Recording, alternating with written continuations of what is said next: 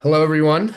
Welcome to the first interview on our Deskpad Interview Series. My name is Akshay. I'm joined by my good friend Daniel, and we're really excited to welcome our first guest today, Dr. Rachelle Dené Poth.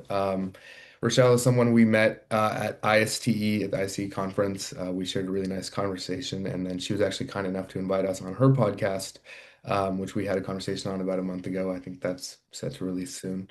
Um, but yeah, we're really excited to have this conversation. I think before I start, I maybe just want, because this is the first episode, I want to give a little bit of an introduction on what we're trying to do with the Deskpad Interview Series. So, obviously, what we're trying to do is trying to bring AI into education safely, and we think there's no better way to do that than fostering open dialogue and discussion about the topic. And we thought an interview series where we interview people across education, across ed tech, across people making legislation for education and AI. We thought if we interview people and we hear their perspective on what AI could do for education and where it's happening, we thought that could be really beneficial for our mission. So we're really excited to welcome Rochelle. She actually teaches Spanish and emerging technology at Riverdale Junior Senior High School in Pennsylvania. She's also an attorney. She has a doctorate in instructional technology, and she's written, I think, over 10 books, including How to Teach AI. And she's also spent the past year, I think she said it just finished, but working with district leadership teams across the country on AI policy. And she's been teaching AI. I was really surprised when I read this on her website, but she's been teaching AI to high school students for 8 years, which I think is longer than most people knew what AI was. So I'm really excited to get her perspective in this conversation. And Dr. Paul, thank you so much for being here. Yeah, well, thank you. And I'm excited and I'm always happy to talk about AI. And I'm excited for your series. And I can't wait to see the other guests that you have on so that I can add it to my list of podcasts to check in with and learn from. So thanks for the invitation. I appreciate it. Absolutely. Thank you. Yeah, so I mean, let's get into it. I mean, so I think it's the first thing I really wanted to ask was like I just said, you were teaching AI to high school students before most people had even heard of it. So I mean, I really just want to ask, like, what did it really look like back then? Yeah, it's surprising when I tell people when I started because I started to do research on AI, and I might have told you this too when we had spoken before in July of 2017. So it was 9 years ago, a little over 9 years ago. And everybody's like, "Well, what made you could you predict the future?" I was like, "No, I couldn't predict the future. AI was already around, but there were different themes for a publication I was writing articles for. In January, one of the themes was AI, and I was super interested in it. So I did the research. I had already been teaching that STEAM emerging technology course, a lot of which focused on coding, augmented virtual reality, digital citizenship, and some other things that whatever was emerging and come up in the world. And then I just kind of dove into it about a little over 8 years ago. And it was very different because we didn't have all of the different tools available to us now, just not just in education, but just in general. There wasn't such an awareness of how much AI was already in existence and how much we were relying on it. So back then, when I started, it was basically what is it? We were looking at where we would see it, in everyday life and talk about things like facial recognition software or just using things like your Alexa or Siri. And so I was basically teaching them about it, how it was being used, some different components of it, like what is machine learning, what is a neural network, and the terminology. So we had conversations, and then we also kind of, dream big a little bit to think about, okay, what could we potentially create with this technology? And then, of course, over the years it evolved. There were a lot of things already out there, projects that kids could do to learn about those, core fundamental definitions and how it worked.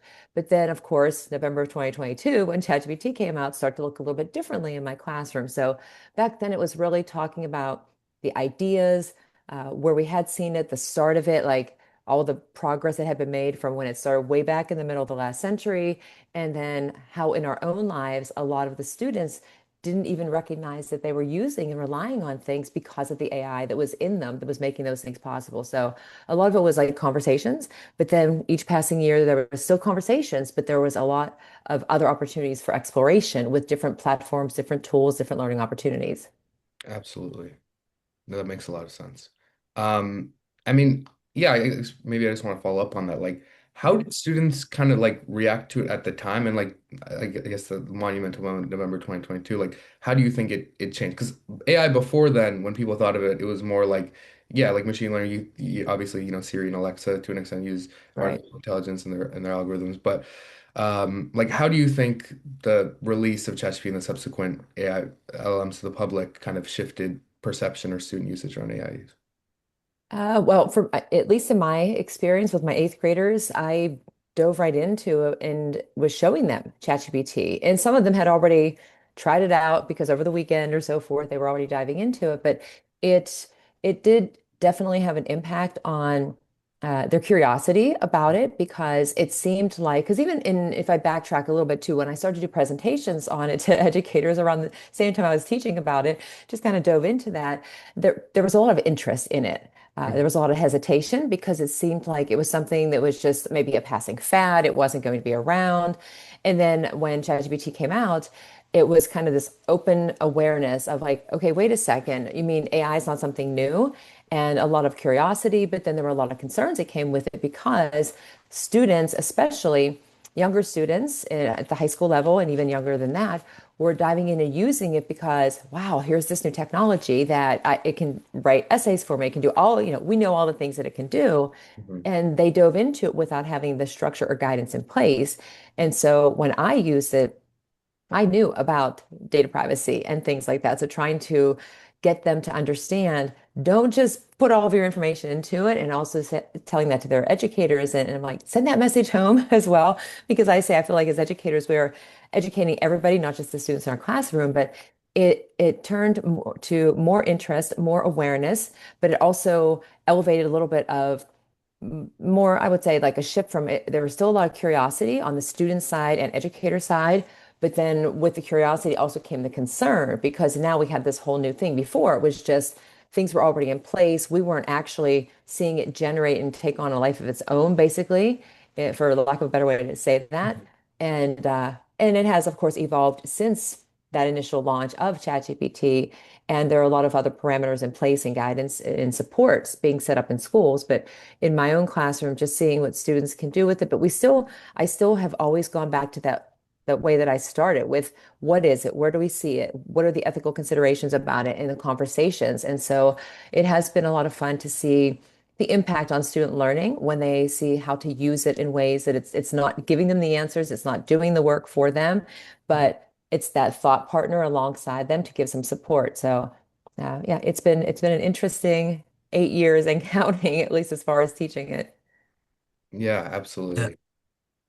yeah, it's really interesting. Actually, going off of that, you often read about the difference between AI in education and AI education. Can you Right. actually like, walk us through that distinction, how students can differentiate those two? Yeah, sorry. Yeah. I get that newsletter, like AI in education versus AI education. Yeah, so I was also curious about that. Yeah. Yeah. My LinkedIn series that I started to do, and I did a prior series, but then this one, somebody asked me about it a while ago, and they just said, "Did you hear anybody talk about AI in education, AI education?" And I said, well, a little bit. And so I just started to really think about it and then tie in the work that I had done over the past year in varying settings, whether in schools, at conferences like when at ISTE and others. And so I just decided to sit down and start writing about the difference between it because often people think it's the same thing and it's really not. And that was supposed to be a four-part series. But then when I finished the fourth part, I was like, I think I still have something else to say about this. So then the fifth part came and I'm like, this may or may not be the end. But the way that I look at it is, when we have AI in education and for educators, for students, it's how, or even in the workforce, AI in fill in the blank, it's looking at how are we using that technology and its capabilities to support the work that we're doing, to support learning that's happening, whether that is as a teacher, creating different resources for students, using it to personalize instruction, do differentiation for efficiency, productivity. So that is kind of like how we're embedding it into our practice and looking at specific tools or conversations or lessons that you're teaching about how to use it responsibly, especially when it comes to students, giving them opportunities to use some of these tools or to see how we're using those tools in the work we're doing to provide more for them. contrasting that with AI education is all about teaching, like how I started. What is AI? How does it work? What are its capabilities? How do you use it safely, ethically, responsibly?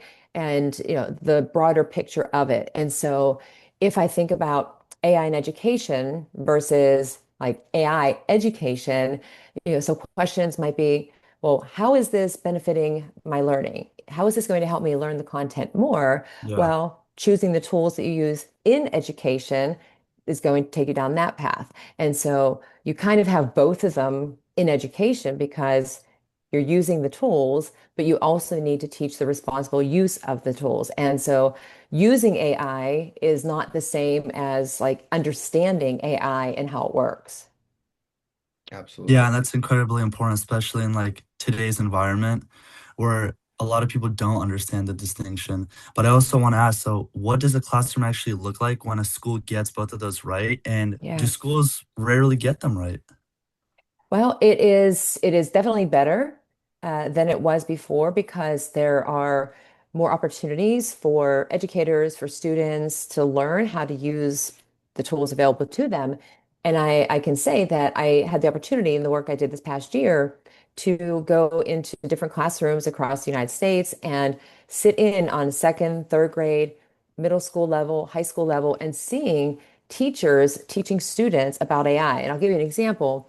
I went into a third grade classroom, and the teacher was using this AI platform that the students had used before.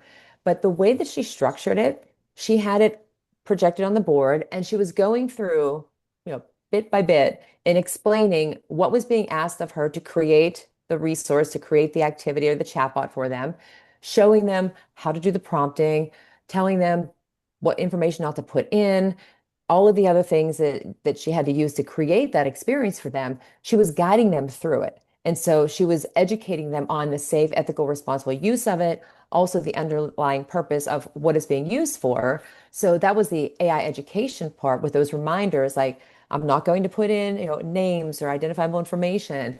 But the other component of that working well is she was bringing that tool into the classroom to get students to build their creative writing skills and have a problem to solve. And also for Mm. students for accessibility, because not every student in that classroom, and that was just one example, I've seen several of them, where not every student had English as their main language. I was in a classroom where there were 8 different languages spoken in a class size of 25. And so having that accessibility where the kids can have it be read to them, it can be translated. So they're seeing how you set it up. They're learning what to put into it and what not to put into it. And then they're also seeing it in application and the benefits for what their learning task is or the learning goals are for the day. And in that, they're involved in the discussion as well. So it's not just we're doing this activity with this and that's it. And the kids that I've spoken to, and they're all kids, because whether they're third grade all the way up, and I'm still called a kid sometimes too. I'm just a big kid, but they want to be involved in the conversation and they want to be guided on how to use it. And some say that they feel like there's an assumption that just because they have an iPhone or an iPad or some type of a device, that they know exactly how to use it. And when it comes to AI, they need those reminders. And so that is something that I have seen in many classrooms this past year where that teacher, whoever, library specialist, administrator is just showing, explaining, and then implementing all in one space, and that support is there and it's ongoing. And so the kids are really excited about having that opportunity, and it's a really great thing to see as well. Yeah. Yeah, absolutely. That's incredible. Yeah, and then I think actually in our conversation that we had on your podcast, we talked a lot about like AI policy and like the variation around schools. And you Mhm. mentioned that with ISTE, you were working on a project with actually 12 different school districts around their AI Yeah, policies, right? And right. I was curious, like, what is the mood of those districts now as opposed to a year ago, and then also like, how was your experience kind of in that project? Yeah, so that was a great opportunity. It was 12 districts across the US, and each district had a task force made up of around 8 people of varying roles, two of which had students, which I think is absolutely essential to have students involved in a task force, in a committee, especially when talking about AI, so that they and educators can join together to understand like what is happening when it's coming to the use of AI. Is there think about like deep fakes, for example. Anything, what's the good and what are some of the concerns? And so it went back to looking at like the acceptable use policies or technology agreements, and some of which, in many schools, I've heard this too, is that they're outdated and they haven't been updated to align with AI. And so across the country, there are different states that are now making it a law that all schools, K through 12, must have a policy in place. And so initially, it was a topic of conversation, of course. A lot of concerns around it. Should it be blocked? Should it not be blocked? Do we know if students are using it? What is our policy if students do use it? And so there was a heightened concern because of things that you hear about in the news, where especially with like academic integrity, things like cyberbullying.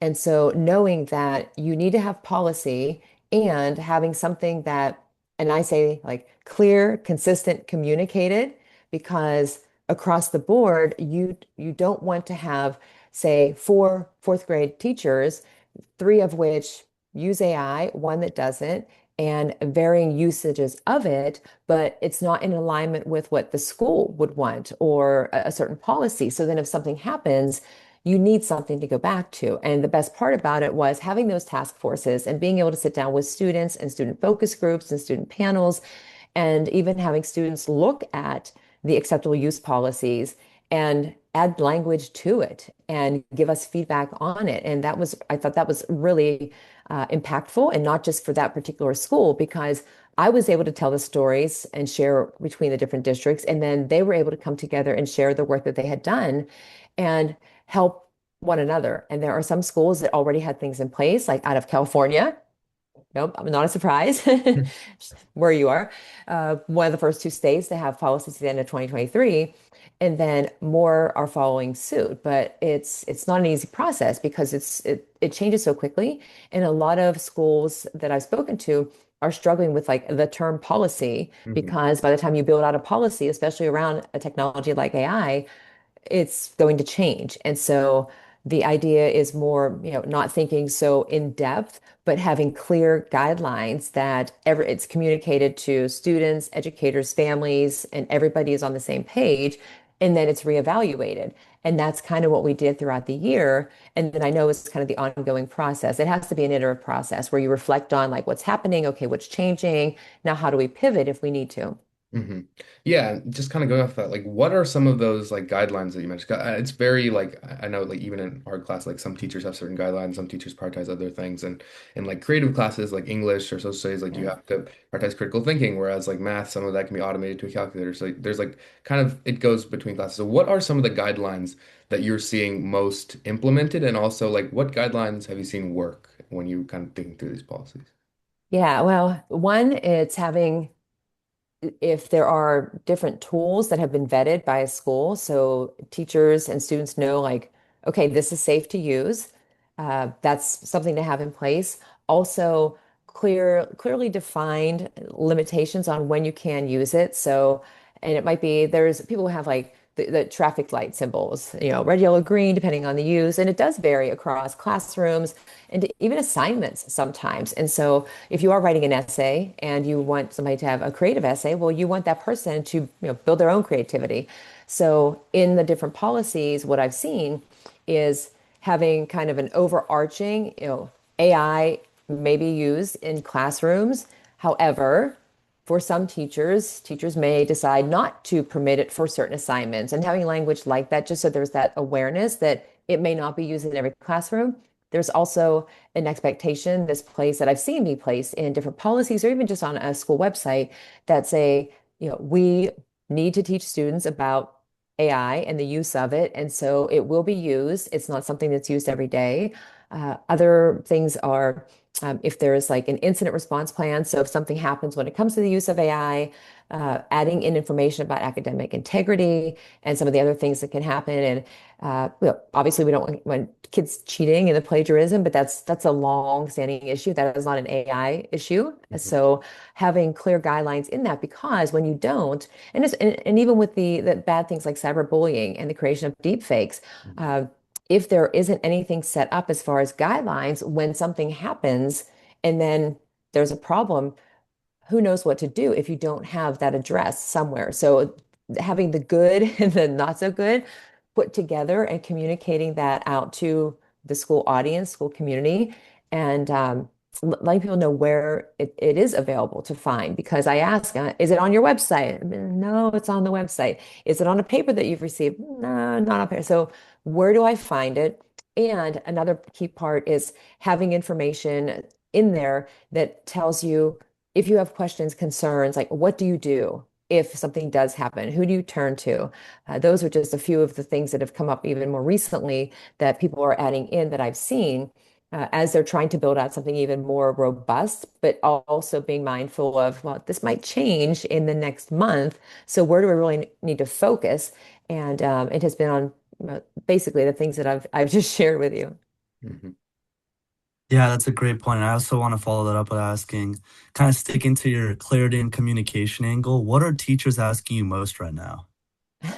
Well, there are a lot of questions. So how how do I know that something is safe? How do I Mm-hmm. teach students about it? How do I use it? How is it applicable to me as an elementary teacher, me as a science teacher, grade level, content level? What does responsible use actually look like? They really want to know uh, if AI is supporting learning. They want opportunities to see how it applies to their own classroom. And another question too is that I get a lot is, well, how do I know if a student used AI? What's the best detection? And I'm like, that's you, the teacher, because you're watching what they're doing. And so a lot Yeah. of the questions do come about really, if I had to categorize it, it's just the uncertainty of where to begin. And because there's so many tools out there, and then the other part of it is not really knowing they're kind of afraid or hesitant because of data privacy. And so how do I know that I'm not going to put something into this AI system I'm using that is personally identifiable? I'm violating data privacy. And so it comes down to the guidance and the guidelines and having that professional learning opportunities in schools, which I enjoy doing. And whether I'm working with teachers or with students, because I've worked with students as well. So those are some of the biggest questions. And I had a woman well, 2 weeks ago now, I guess, I was in West Virginia doing a 2-day training, and people, not everybody, they are technologically savvy. And we know that there are some things I will say I'm great at this, and I'm like, I'm not so good at this, and that's okay. You don't have to be. And she said to me, where do I begin if I just want to get started with something that's not too much, and I have all of these different options? And so I pose a question. I always turn it around and I say, think about something in your work that is challenging, very time consuming. You've taught it so many times, so many different ways, and you need fresh ideas. And then if you have this list of a couple things, then you find one tool. And if you can check those things off, most of them off of that list, then that's where you begin. And if it's not working out, plenty more out there to choose from. So, Yeah, absolutely. And on the other side of the coin, like Akshay had pointed out at the start of this interview, that you've always been ahead of the curve, especially with AI. But is there still a question that stumps you to this day? One that you don't really have a great answer to? wow, that is a really great question. Um, I don't know. I mean, there are a lot of questions that are out there. And I think about, let's see, probably 2 years ago, I took a course, a second course. I was piloting a course through ISTE on AI, and it was at a higher level. And in that course, there was this video that showed these 10 levels of AI. And so I'm looking at and thinking about and even a quote from Ethan Mollick, where it's like, "This is the worst AI is ever going to be," and he said that almost maybe 2 years ago now at this point. And I look at the capabilities we have now, and the question I ask, and it's not really about the technology too much, I guess, or maybe it is where are we going to be in a year from now? Because, or even 6 months from now, like, Yeah. what is it going to do? And also, I do have concerns about the capabilities because of some of the different things, the agentic AI, which when I say that, I feel like, what is agentic AI? It's kind of scary. It's cool, the things that you can do with it, but I wonder, what are the limitations? Like, is there an endpoint that will reach where it can't do anything more beyond that? and it's just going to stop. Not that it's going to go away, but it's like, okay, we've already leveled it up as far as we can. Like, what else can we possibly do? And I don't have an answer to that question. I don't know. If somebody does, let me know. Yeah, it's for sure a dark forest right now. Even for the next like couple months, no one really knows how Right. far it's gonna go. Mhm. Yeah. And I mean, I just want to ask one. So, like, shifting, I guess, from teachers a little bit more to students. I think you mentioned this actually earlier on the call Mhm. about really wanting students on those like task forces in shaping, I guess, like AI policy. You've been very Yeah. consistent about wanting students in the room when those decisions happen, and that's something that Daniel and I also really strongly believe in. But I maybe just want to ask, like, why do you want that? Because I know that's not kind of a universally held perspective. Some people think that AI policy should be shaped by the adults. So, Yeah. why are you so passionate about having kids and also or students Y- also in this issue? Yeah. Well, I've always been very passionate about student voice, even like years ago, just with the use of technology. But I really feel like, students they're not just affected by the AI policy. I feel like they need to have a voice in the conversation and creating the policy and that co-creation of the policy because they're using it and in these task forces, but also, well, with the task forces, I got to sit down with these different groups of third grade, fifth grade, eighth grade students, and also high school students. And that's when we as educators or families learn about how the students are actually using it. And there are times where I was like, wait, what? You're doing this? You already know about that. And so they can give us insight into how AI is being used that we may not see. We may not know about that. And it helps us to build awareness. And so getting their voice and understanding different technologies that are out there, or if students are using it in ways that they need to be given guidelines and guidance about how they should not be doing is like putting information in, for example.